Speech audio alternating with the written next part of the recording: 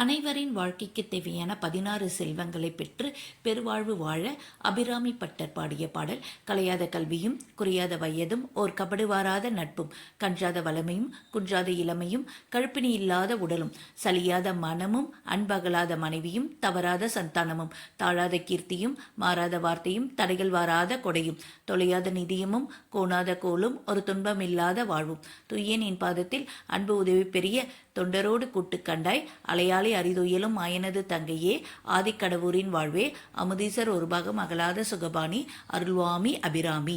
என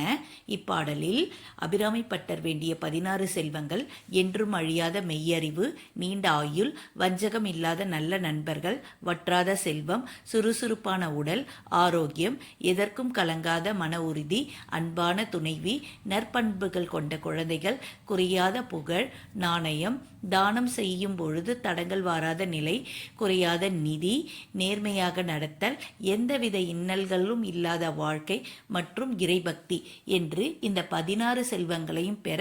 நாமும் தினமும் காலையில் இப்பாடலை கேட்டு அம்பிகையின் அருளை பெறுவோம். ஓம் சக்தி பராசக்தி.